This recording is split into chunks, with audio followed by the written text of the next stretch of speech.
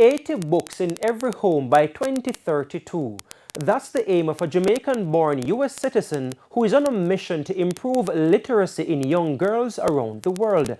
Kayan Morgan has more in this week's edition of A Ray of Hope. Dr. Janice Johnson Dias grew up with her grandmother and cousins in Retreat St. Mary before migrating to the United States to live with her mother almost 4 decades ago.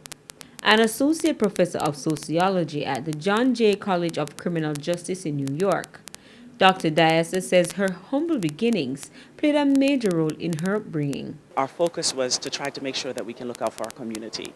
So one of the big things that my grandmother used to do is that whenever she cooked food, she and my Aunt Joyce, we had to give food to people in the community. We always had to share our resources. And I really learned what service, what community, and what good health and well-being were like from all of those things. We grew up on hard food and breadfruit and pear. While living abroad, Dr. Dias said she saw the myriad of issues young girls faced, which impacted their development.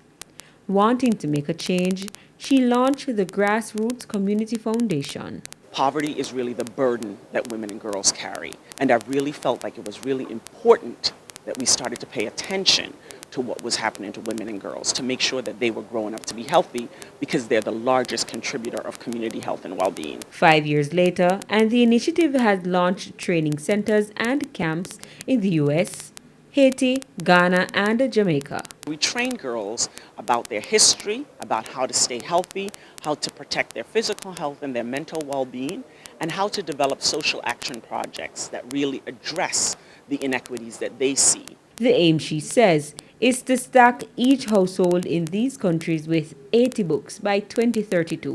Voice is the ability to be able to express your emotion and express your ideas.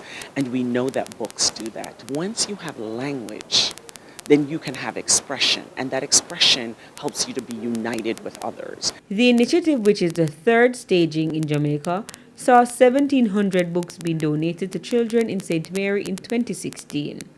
Last year, 700 books were donated to 12 schools across the island.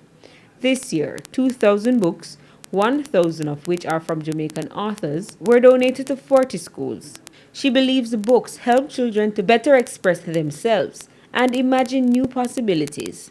It is why the author of Parent Like It Matters is encouraging parents to spend more time listening and amplifying their children's voice. Children are the ones that we're expecting to lead the society. And if we don't know what they're thinking or feeling or imagining, then we cannot support them. With a ray of hope, I am Kayan Morgan.